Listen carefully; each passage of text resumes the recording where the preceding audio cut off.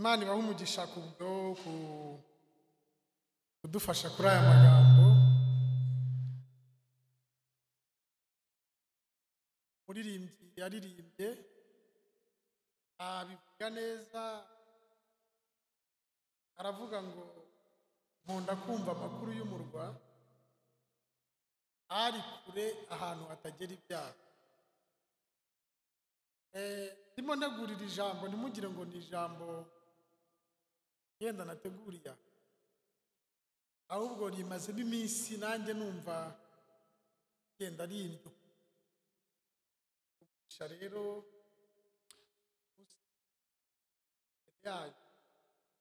kugira ngo tuganire nimvuga umugisha mbivuze, kubera ko tujya dukunda kubigiramo cyane, abantu bakabigiraho cyane. Ntabwo ari ibintu byoroshye cyangwa se ari ibintu bisuzuguritse kuba watinyuka kuvugira Imana utabuze umunwa wo kwivugira, kuko abenshi muri mwe murabizi igihe bavugisha Eric atavuze, ugatinyuka gukorera Imana itabuze amaboko yo gukora, ukavuga ngo ndi umuntu Imana yohereje kandi yakohereje ahantu nayiri. Mutekereze namwe mwibaze, Imana ni omnipresent, bisobanuye ngo ni Imana iba hose. Imana ni omnipuissant cyangwa se omnipotent, bisobanuye ngo ni Imana ifite imbaraga, ntikenera amaboko. Inébranlable, ntekereza ko tujya turi iyo ndirimbo. Urimo kubyumva? Noneho ko twarangiza tukicomeka muri ubwo bubasha bwayo, tubwabwira abantu yuko dushaka kuyibera umuvugizi itananiwe kwivugira. Twarangiza tukicomeka muri ubwo bushobozi bwayo, tukabwira abantu ko yatwohereje kandi ahantu yatwohereje nayo ihari. Mumbwire nawe uwo mukoresha ugira umukozi akamwohereza ahantu nawe yageze. Ese ni nk'umuntu ukubwira ngo muze kunyumvira ibyo bavuga kandi nawe ari aho babivuga. Ariko kuko Imana ishaka ko icyubahiro cyayo kigaragarira muri twebwe, irahagera igaceceka twebwe tukavuga. Haleluya. Irahagera ikatureka tugakora kandi yakagombye kubikora. Niyo mpamvu ibi bintu mubona tugenda dutwaye, iyo tutabivuze uko bikwiriye n'ababyumva ngo babyumve uko bikwiriye, biduhundikira urubanza, kuko umuntu wadutumye ntabikennye, ahubwo nuko ashaka gusangira natwe. Iyo dusangiye nabi rero tumucura cyangwa tukabinyanda, bizatubera urubanza. Abisirayeli bigeze kwirata kuri Yesu ko yaramaze kuza mu isi, hari amakuru batari bafite. Niyo mpamvu ushaka kubabwira ko mu cyigisho nateguye uyu munsi, ndashaka kubabwira ko buriya ikintu cyica ibintu byacu. Ubushize nababwiye ko ikintu cyica ibintu byacu, uyu munsi nyine muri iyi minsi nibanze ku bintu byica ibintu byacu. Nababwiye ko ari ibitekerezo, nababwiye ko operasiyo zose, ibintu byose bibaho, wowe ungana n'ibitekerezo byawe. Kandi mbabwira ko icyo ugaburira ibitekerezo byawe ari cyo uri uyu munsi. Uyu munsi niba hari ibintu utekereza nibyo ugeraho, ibyo utatekereje ntuzigera ubigeraho. Hari mwene data umwanya unganiye akantu, turangije kwigisha arambwira ngo ikibazo tunafite, twebwe twakuze ababyeyi bataniga, ababyeyi baduhaga ibiryo ariko ntibamenye kugaburira intekerezo zacu. Niyo bagira ngo baratwegereye baratubwira ngo ngwino hano wakigoryiwe, n'ubundi ntacyo uzimarira, mwumva ibintu bashyiraga mu bitekerezo byacu, uzabimbwa. Mbese ibitekerezo byacu hari abantu bagiye bakura nkatwe, babihazamo kubimbwa no kutagira ibyo tugeraho. Ariko Imana yadufashije ntitubimbwa, murumva hari ikintu twayinga. Reka tuvuge ngo ushimwe Imana kuko urera naho ababyeyi binaniwe. Haleluya. Uyu munsi rero nje kukuzanira irindi jambo. Ndashaka kukubwira ngo impamvu ibintu byawe bidakunda, impamvu witiranya ibintu, impamvu ibintu bikuyobera, impamvu utazi yuva n'iyo ujya, nuko wabuze amakuru. Nta makuru ufite, hari ibintu udafite amakuru. Niba ugenda nk'utazi, kandi ugenda nk'utazi, hari abantu babiri burya basa. Ngo yakunze kuvuga ngo 20 na 20 birangana. Umuntu ugiye atazi n'umuntu utagira ubwenge barangana. mvuze muracyumvise. Umuntu ufata inzira akajya atazi, iyo nzira yifashe umuntu utazi yajya, ukamwongeraho umuntu utagira ubwenge, bombi bagenda ari injiji zimwe, ntawe ugeze ahandi mu rugendo. Bivuga ngo utazi yajya n'utagira ubwenge bose niri ni 20 na 20 wa mugani, bitandukanira mu rurimi. Uyu munsi rero ndashaka ko twiga ijambo rishaka kubwira ngo buri ikibazo si umugore wawe, si umwana ubyara, si itorero turimo, ahubwo ikibazo ni ukuba mu bintu udafitiye amakuru. Reka mbasogongezeho gato. Umugabo bita Mukirisitu yagiye mu rugendo, hagendanamo n'undi mugabo abagabo bitaga babwo. Bagende bagere ku musozi basanga ahantu hari intare ziziritse. Amakuru yari ahari nuko izo ntare bari barazishyiriye mu nzira gukanga abagenzi, ariko zari ziziritse. Bisobanuye ngo umuntu utagira amakuru y'izo ntare n'uburyo zashyizwe aho ngaho ntabwo yagombaga kurenga uwo murongo. Abagabo barakinagira baterera, buriya nimujya mubyumva ngo yewe biruhanya n'ubwo urushya cyane. Izo ntare bari barazishyize, urangije guterera biruhanya.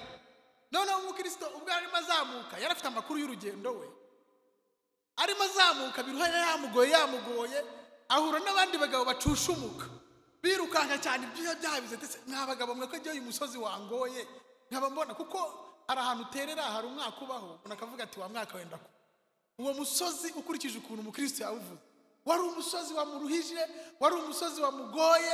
Arangije arebye ukuntu abandi bagabo barimo bamanuka birukanka, ibyo byabize aravuga ati ariko se byagenze bite?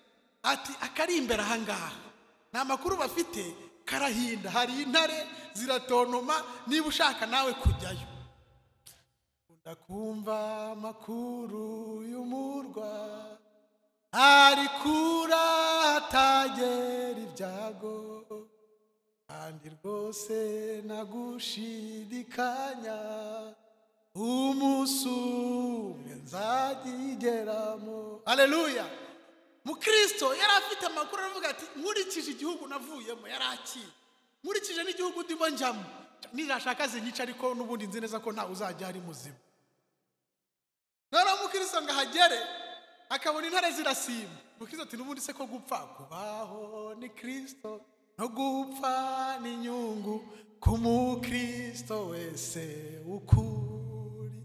Arangije aravuga ati jye nsubira inyuma, kandi namaze kumenya ko ndiho kubera we, nimba ni inyungu zanjye. Arakomeza ageze ku ntare ya mbere akabona iratontoma, ariko akabona ntiva hiri. Iyo bigenze gutyo unayikina ku mubyimba ukayikora ku mugarata, ariko bite byanyu ubundi ko mbona utanyeganyega. Asimbuka ku ya kabiri nawe akabona irasimbuka, ariko akabona niva hiri akareba. Noneho ngo umuntu w'umukumizi aramubwira ati bariya abantu nta makuru bafite, dido biratontoma ariko byari bigize gute? Byari biziritse.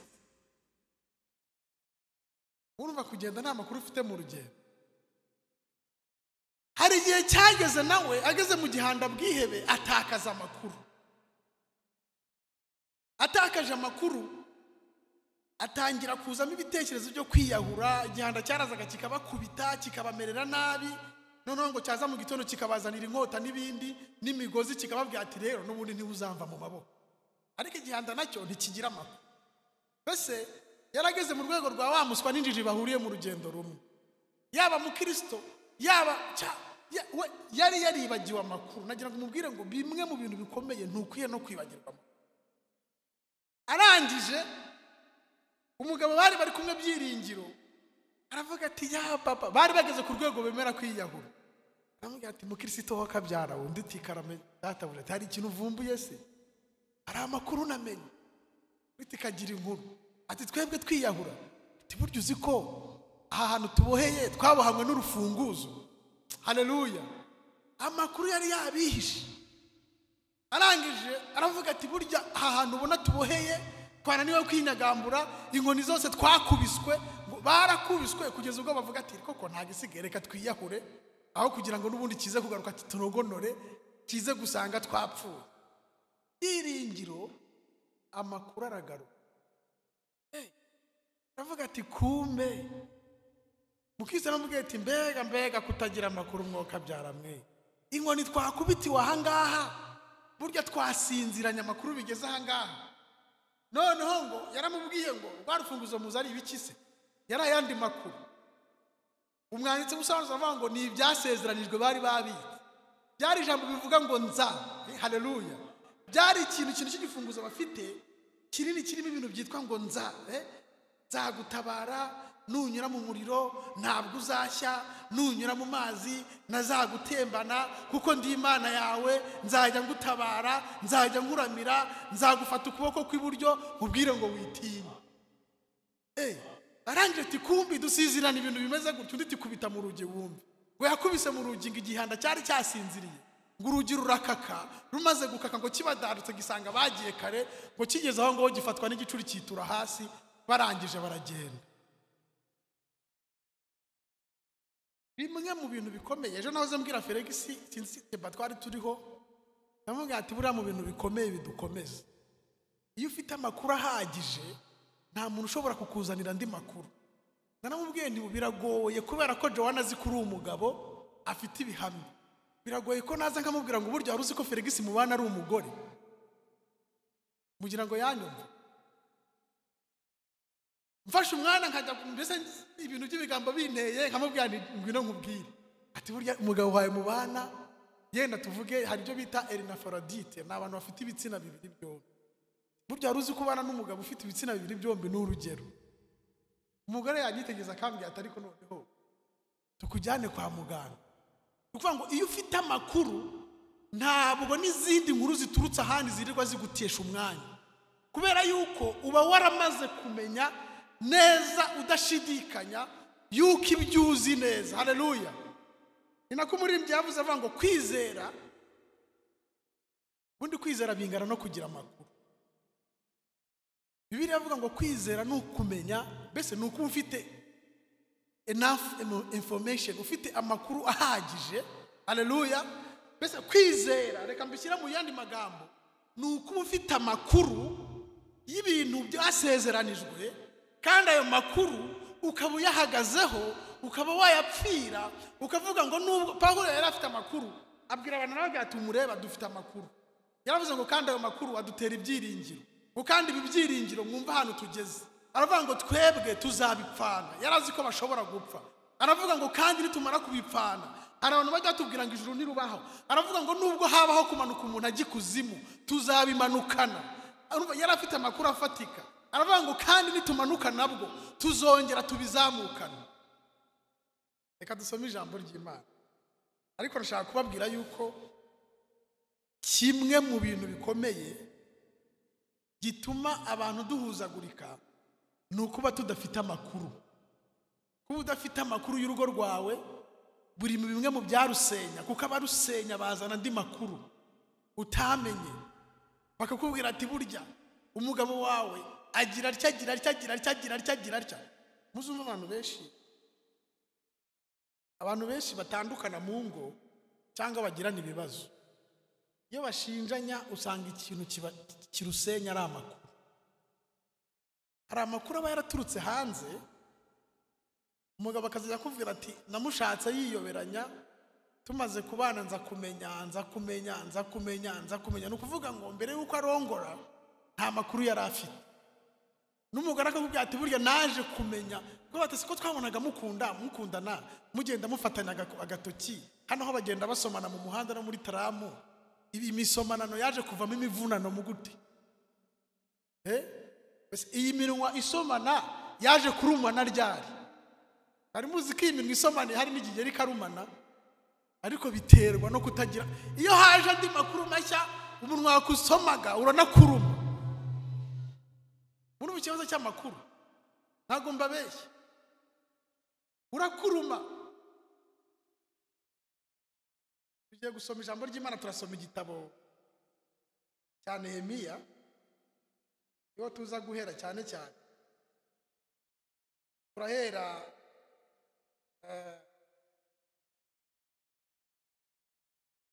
turahera ku gice cyaho cya mbere, tuze no gusimbuka dusome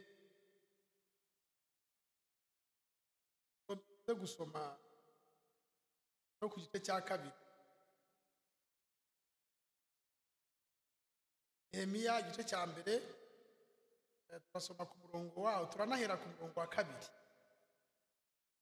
kugira ngo mbabwire yuko bimwe mu bintu ubona bishobora kudindiza abantu no ukuba batabasha kumenya amakuru y'ibyo barimo, ni nabyo bishobora gutuma unyibeshyaho, kuko akenshi iyo nkwisobanurira iyo umenya amakuru kuri Eric nta gituma utagendana nawe, binatuma nta muntu waguteranya nawe kubera ko ufite amakuru ahagije.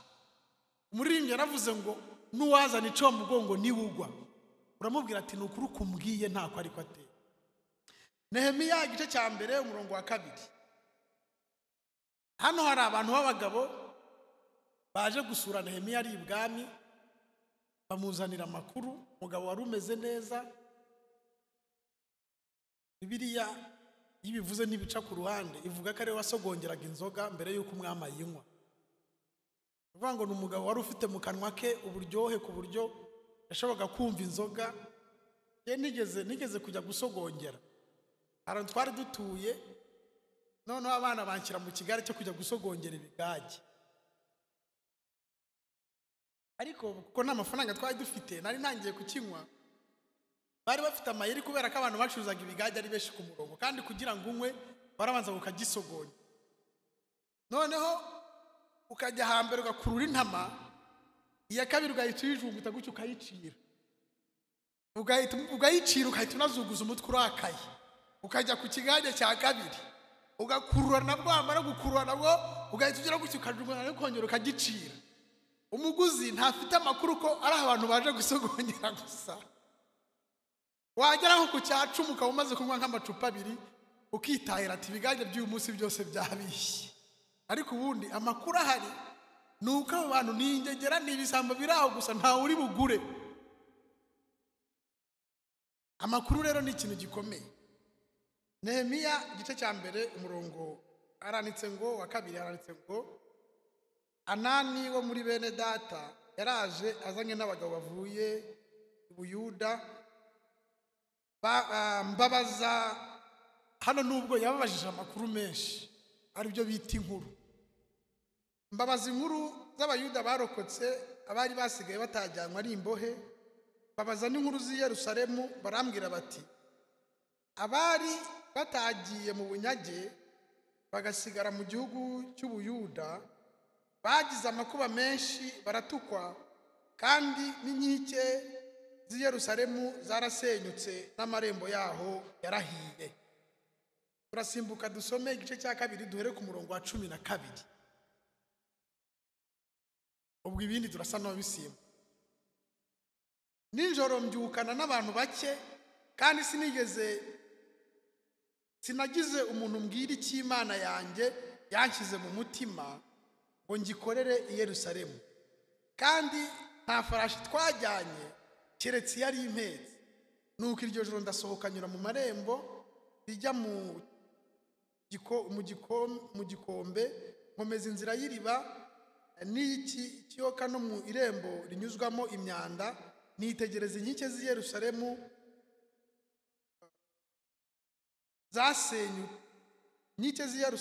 zasenyutse n'amarembo yaho yahiye. Maze njya ku irembo ry'isoko no ku kidendezi cy'umwami, ariko ntihabonekaga inzira y'amafarashi yari impetse. Iryo joro zamuka iruhande rw'akagezi, nitegereza inkike, mera ko ndahindukira nyura mu irembo rijya mu gikombe, nuko ndagaruka. Ariko abatware ntibamenya iyo ngiye cyangwa icyo nakoze, ndetse sinari nabwiye abayuda cyangwa abatambyi n'abanyacyubahiro b'abatware, haba n'abandi bakora umurimo. Haleluya. Wibitse he ayahe makuru? Uge gato. Wibitseho ayahe makuru? Amakuru ufite uyasangiza abandi.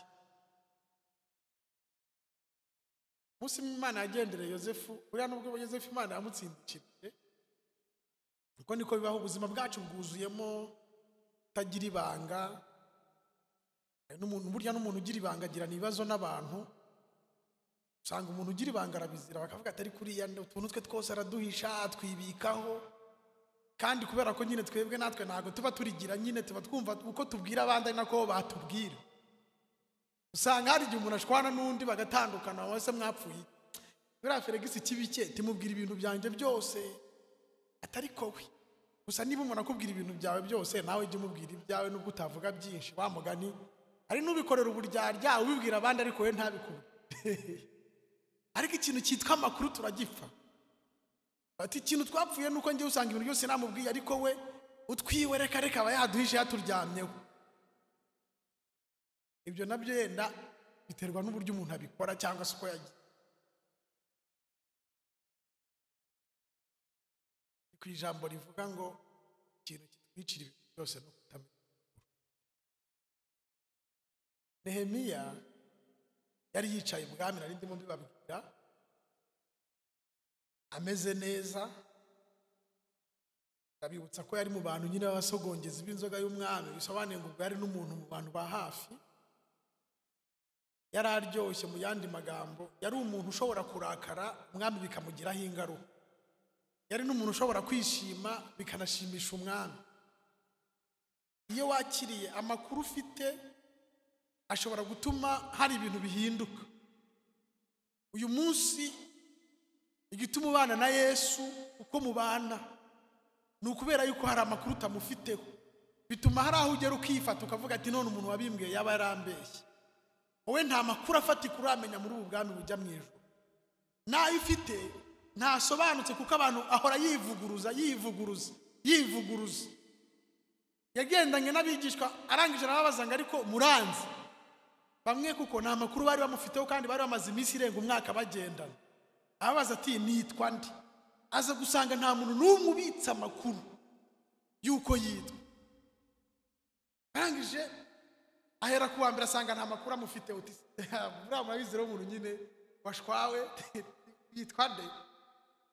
Reba akantu ngurira mbikubwire ubwo ziratekereza ko ntabizi bitariko bivuga. Ati ntajyo navuga wana. Ati hoya bivuga ati nuri Yohana se. Aramureba ati yabo tayo niyo makuru ufiteho ajya ku wundi.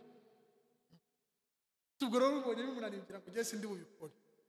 N'igihe tugendana ese nitakoze ta ati jewe ntago ngiye kuvuga uko bakwita kubera ko mbizi ahubwo njya numva nyine ati abantu hanze aha bakwiteriye. Utagira amakuru ni ikibazo gikomeye, kandi umuntu utagira amakuru arijijisha ukagira ngo arayafite. Abaza undi wa kabiri ati none se we nta kuntu bari ati nyine ati bari abasa n'ababinaniwe ariko nawe uri muri giza nkana ati nubwo hari wabivuze ntubyumve ati ariko numva bavuga kuri umuhano. Arabahetura agera ku muntu umwuka yongoreye amakuru. Haleluya, haleluya, haleluya. Amugezeho umugabo bitaga Petero amubaza ati se ufite ukuntu uzi ukuntu banyita? Petero taragaro na kabuse ati Yesu Kristo mwana w'Imana. Yesu amukora mu biganza aramubwira ati koraca. Ati urabikoze ariko nawe si wowe ahubwo ni umwuka w'Imana ubigihushiwe. Umwuka w'Imana ajya akunda kutubwira amakuru y'umuru ari kure ahatagira ibyaha. Igituma rero tugira ihuzagurika nuko ataratuganiriza ayo makuru. Hari uburyo batangamo amakuru mwabwumvise. Umugabo yabonye abandi bagabo baje kurani nkako byagenda murabizi iyo turi impunzi. Hari abantu burya abantu bita impunzi bakunda gukabuta amakuru cyane, nicyo kibatunga mu gitondo. Ejo bundi nigeze kubwira umuntu ari masekundi ngo ni inzererezi. Ndamubwira ngo kuba inzererezi gusa ntago ari ukujya mu muhanda no kurarago. Ndamubwira ngo tugira n'inzererezi zitava mu ngo zabo. Uzi ukuntu zimeze? Tugira umuntu byuka mu gitondo dusipoze nkaho bahiye akaba afite seri za filimi ari burebe, akaba afite n'umuntu uza kumutekera, yayirangiza mbese nukuvuga ngo we abinzererezi ariko akazererera aho yicaye. Nimugira ngo buri hari cyo bita muri psychology hari byo bita catatonic movement. Ni umuntu ufite inzererezi ariko uyifite no mu maguru, yicara hasi gusa akazerera, akazenguruka kuri WhatsApp, akazenguruka kuri YouTube, akazenguruka na gahunda mwana akayica agakererwa n'amateraniro. Iyo nayo ni inzererezi. Noneho rero Nehemiya arangije hari amakuru atari afite, muraza kureba impinduka amakuru azana. Nicyo kintu nashatse kubagendereza ubundi ashaka kubabwira. Abagabo baramubwira bati, yarabajije se bene wacu bimeze bite? Aravuga ati bya bintu byose byarahiye, ibintu byararangiye.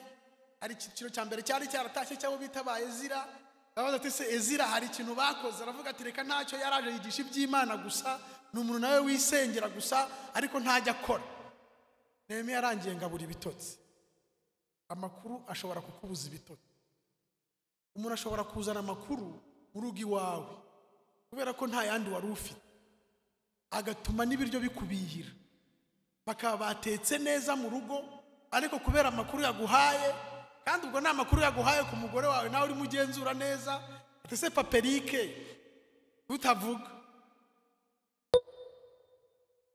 avugaga neza se ngo uzantume iwanyu, ahubwo yicariye ibintu by'ibikuru bibishye.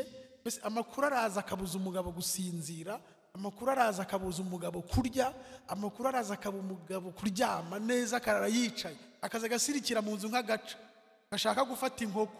Ukibaza si ibintu biragenda buke, naho ni ibintu by'ibikuru bamuhaye, basanga nawe ninjiji yari yubatse urugo atagirira amakuru. Yababwiye nyine bibaho, ugasanga umuntu aba mu rugo rwe ariko nta makuru afite. Uriya rero kurusenyesha amakuru. Niya rero amaze kuza yumvise uko amakuru ameze,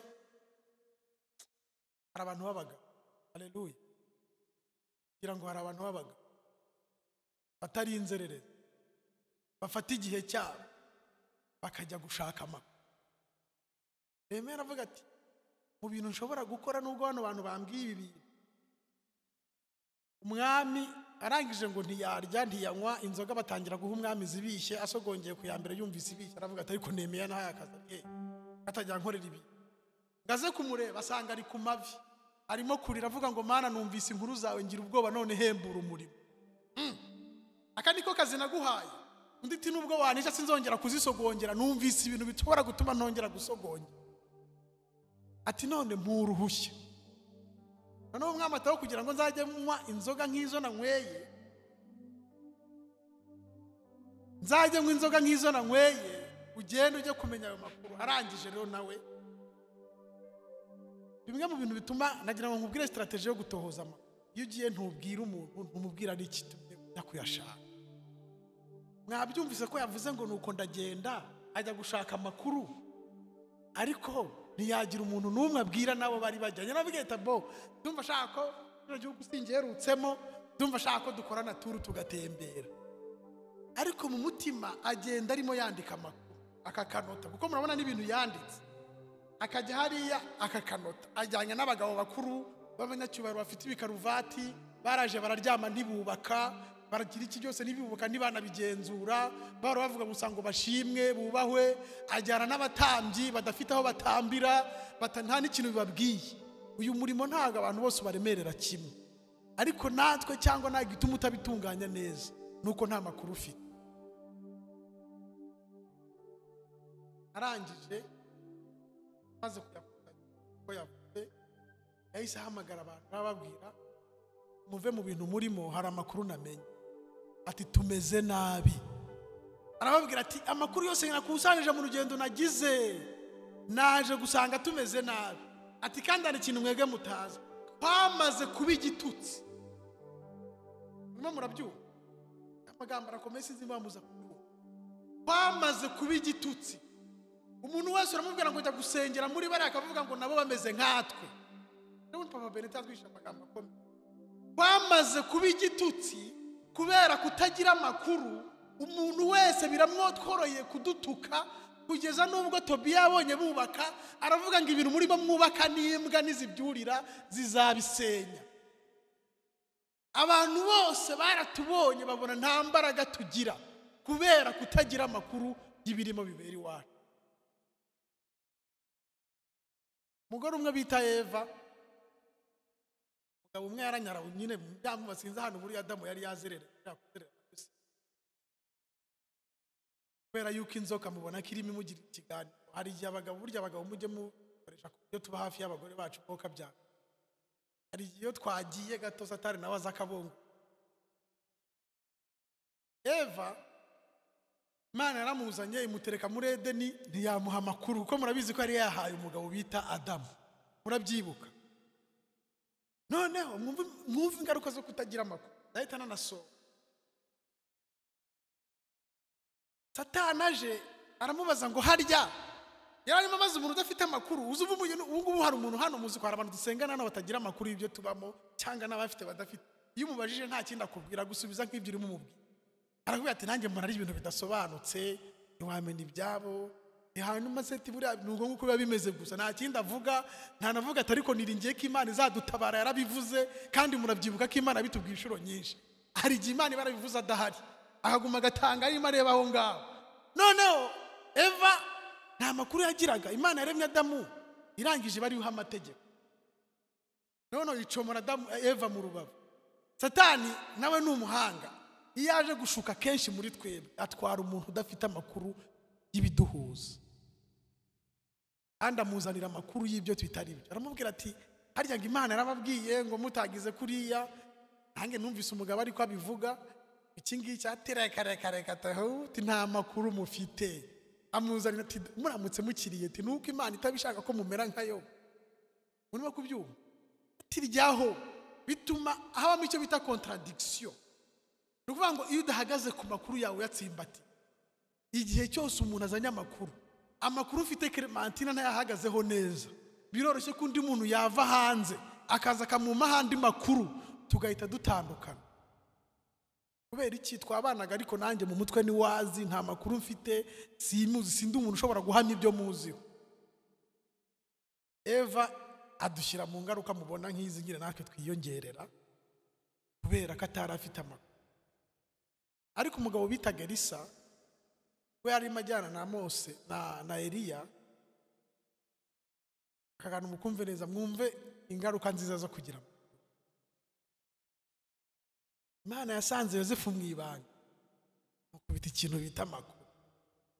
Aramubwira ati umva Yosefu umusore wanjye usambana no kwifuza umugore wundi ni icyaha.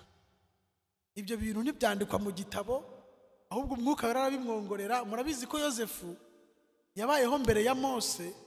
Mose niwe Imana yahariye amategeko 10 aramubwira ngo ntuzifuze umugore wundi ntuzanasambana. Murabyibuka neza? Yosefu we ni mukuru kuri Mose.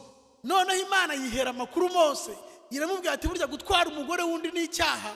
Icyama Imana ikaganira nawe amakuru y'umurwa. Icyama Imana ikavugana nawe amakuru afatika.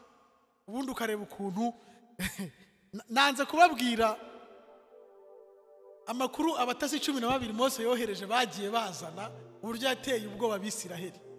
Babiri bakavamo bakabazana andi makuru atandukanye nayo bari bafite. Uburyo bahise batinyura abantu.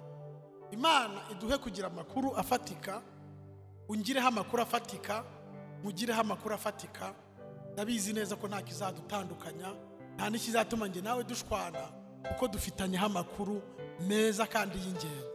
Turagushimiye Mana yacu, gushimiye ko dukunda ukatwitaho, gushimiye ko uri umungeri mwiza wabanye natwe n'ubura cyabana natwe.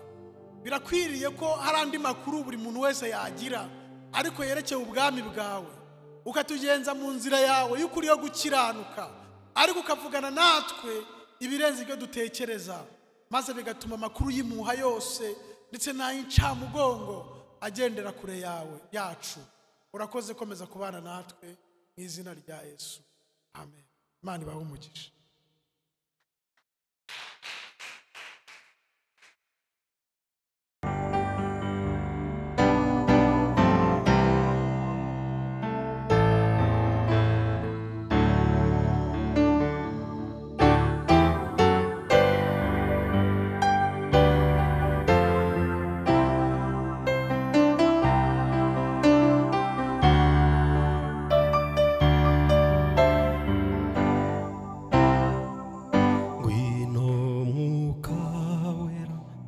udufasha urugendo isezerano twahawe n'umwami kwari wowe adusigiye mu isi bintu dufashe udufashe mu bigerageza ngwino mwuka wera udufashe urugendo isezerano twahawe n'umwami twariho we adusigiye mw'isi ngwino udufashe mu bigerageza ngwino mwami ngwino mwuka wera dore dukeneye ubufasha bukuvaho nta wundi twakwiringira muri iyi si ni wowe twasigiwe nk'umufasha ngwino ngwino mwami ngwino mwuka wera dore dukeneye ubufasha bukuvaho nta wundi twakwiringira muri iyi si ni wowe twasigiwe nk'umufasha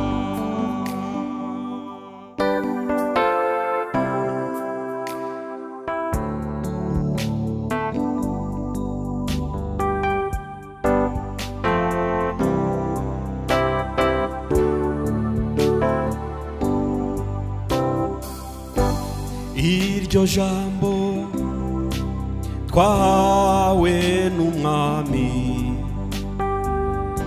umunsi yaramaze gusohoza icyo yatumwe yavuze ko adusigiye umwuka wera waba ari udufasha mu rugendo mwuka wera ba hafi unyobore mu byo nkora byose ntabwo njye ubwanjye nabyishoboza mukiza mwuka wera umfashe mbe hafi iryo jambo twahawe n'umwami umunsi yaramaze gusohoza icyo yatumwe yavuze ko adusigiye umwuka wera waba ari udufasha mu rugendo mwuka wera ba hafi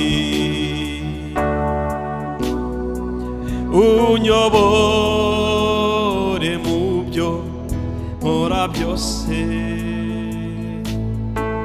ntabwo njye ubwanjye nabyishoboza mukiza mwuka wera umfashe mbe hafi ngwino ngwino mwami ngwino mwuka wera dore dukeneye ubufasha bukuvaho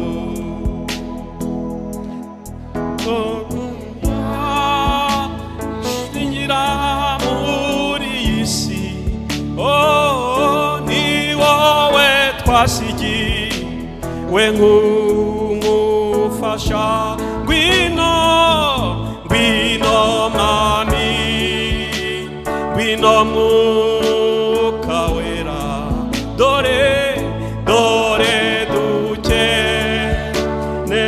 ugufasha ukuvaho nta wundi twakwiringira muri iyi si yo ni wowe twasigiwe nk'umufasha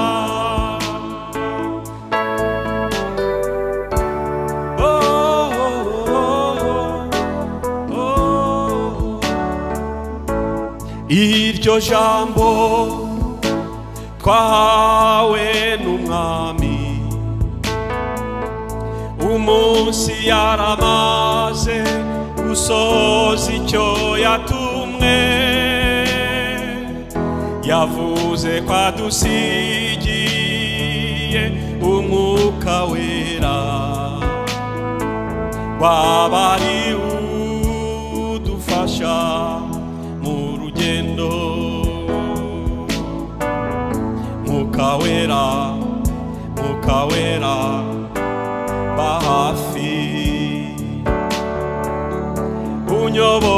unyobore mu byo nkora byose ntabwo njye ubwanjye nabyishoboza mukiza mwuka wera umfasha mbe hafi ngwino mwami ngwino mwuka wera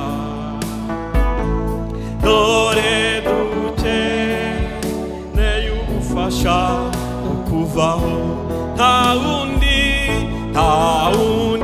twakwiringira muri iyi si ni wowe twasigiwe nk'umufasha ngwino mwami ngwino mwuka wera dore dukeneye ubufasha ukuvaho nta wundi twakwiringira muri iyi si ni wowe twasigiwe nk'umufasha ngwino mwami ngwino mwuka wera dore dukeneye ubufasha ukuvaho nta wundi twakwiringira muri iyi si ni wowe twasigiwe nk'umufasha ni wowe twasigiwe nk'umufasha ni wowe twasigiwe ni wowe nta wundi ni wowe twasigiwe nk'umufasha